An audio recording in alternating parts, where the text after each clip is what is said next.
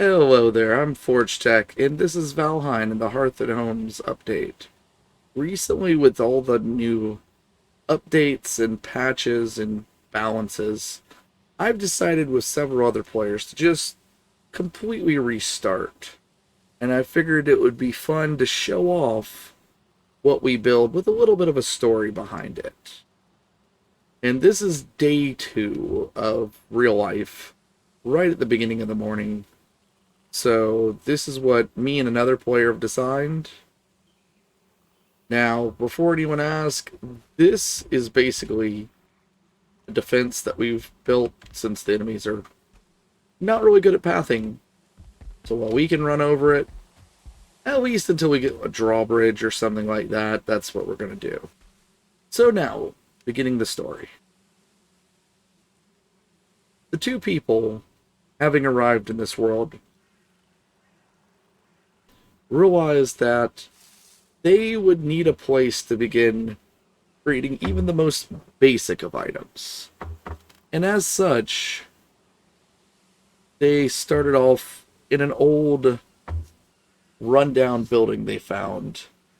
But it was destroyed later on by gray dwarfs, and they came to the conclusion we're going to need a place where we can feel safe at night and keep our equipment from getting smashed up and able to defend it if necessary.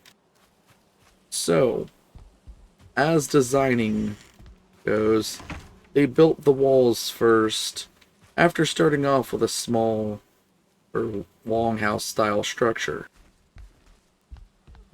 As time went on, they built these guard posts and beginning of the walls to keep away the smaller creatures like the gray dwarfs. But over time, the brutes and shamans began appearing, and the moat began to keep them at bay.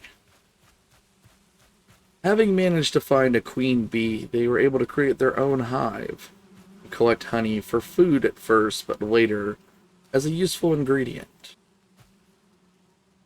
Having managed to go through the skeletal tombs, they managed to get the basics of smelting ready so that they could get bronze axes and pickaxes, allowing them to continue expanding the moat and upgrading the homes that they were in. The first room they began with was the crafting hall that was also the living space in every other area that they required, being both living space, cooking hall, everything, all in one.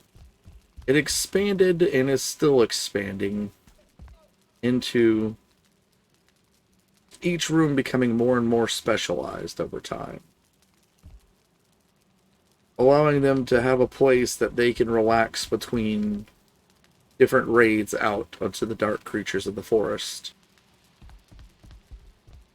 Additional bedding was added so that as others arrived in this world, they would be able to stay here until they could begin a place of their own. And over time, others did show up, and they began making homes of their own.